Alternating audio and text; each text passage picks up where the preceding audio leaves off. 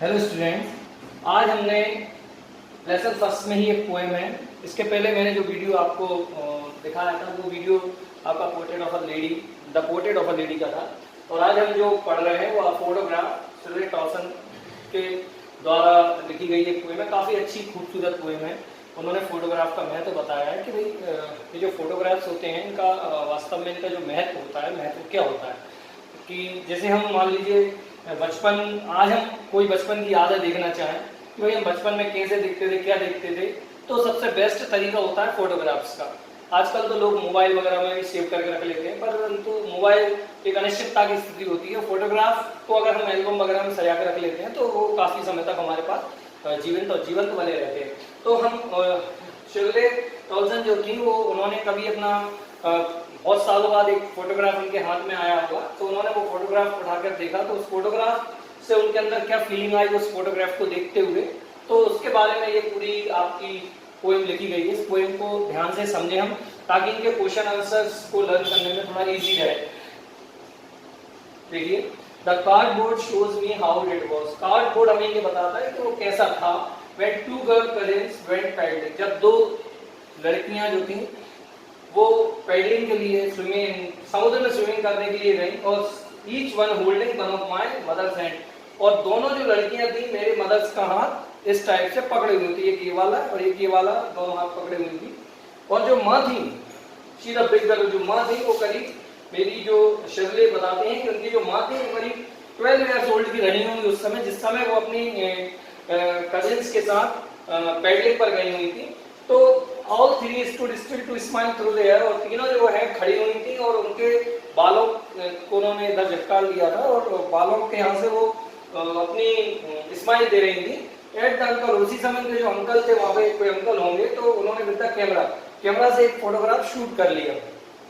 A sweet face, बहुत अच्छा face था मेरी माँ का। My mother that was before I was born, मेरी माँ जो थी मेरे जन्म से पहले, उस समय बहुत ज्यादा उनका जो फेस था वो बहुत ज्यादा स्वीट था। वो at the sea which appears to have change, तो जो सी दिख रहा था हमें, जो सी था वो भी लगभग हमें अपरिवर्तित हुए बिना दिख रहा था कि भाई, क्योंकि जैसा सी जो आज से पहले था वैसा ही सी आज था। तो उसने क्या किया सी ने, watch their terribly transient feet, उनके जो फीट है वो धो दिए थे।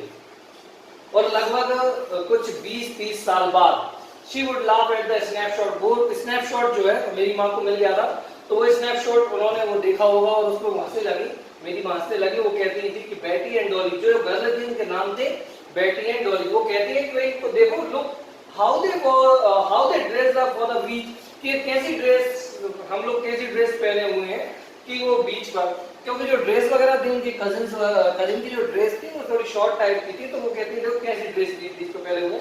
The C holiday was past, और उनका जो पास्ट का जो सबसे अच्छा था समय था वो उनका सी हॉलीडे था, और मेरे लिए जो सबसे अच्छा समय था वो मेरी माँ की हंसी थी, लाफ्टर था।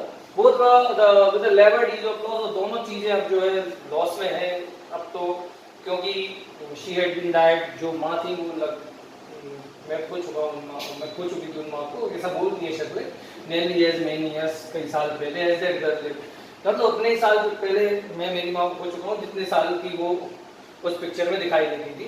एट ऑफ दिस सर्कमस्टेंसेस, और एंड ऑफ दिस सर्कमस्टेंसेस, परिस्थितियों में अब क्या कहें, देयर इज नथिंग टू से एट ऑल, अब कहने के लिए कुछ नहीं रहता है। इट्स साइलेंस, केवल एक चारों तरफ एक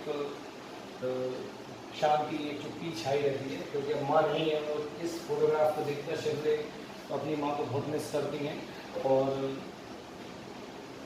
उनको भी बहुत, माँ को बहुत याद आती है। इस फोटोग्राफ के जरिए वो अपनी पुरानी मेमोरीज को रिमाइंड करके रहती है। तो फोटोग्राफ का हमारी लाइफ में भी ऐसी बहुत महत्व होते हैं। हमारे पास एक फोटोग्राफ्स होते हैं जिनको हम देखकर हमारी मेमोरी को हम रिकॉल करते रहते हैं, बैठे रहते हैं। तो इस टाइप की एक पोएम थी। इसके क्वेश्चन आंसर्स भी आपको PDF में उपलब्ध करा दिए जाएंगे।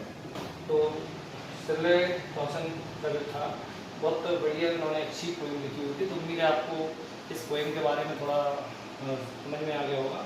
यदि आपको कोई प्रॉब्लम हो तो आप कमेंट बॉक्स में लिखें, मुझे बताएं, मैं आपको आगे प्रॉब्लम भी सॉल्व करने की कोशिश करूँगा इजी लैंग्वेज में।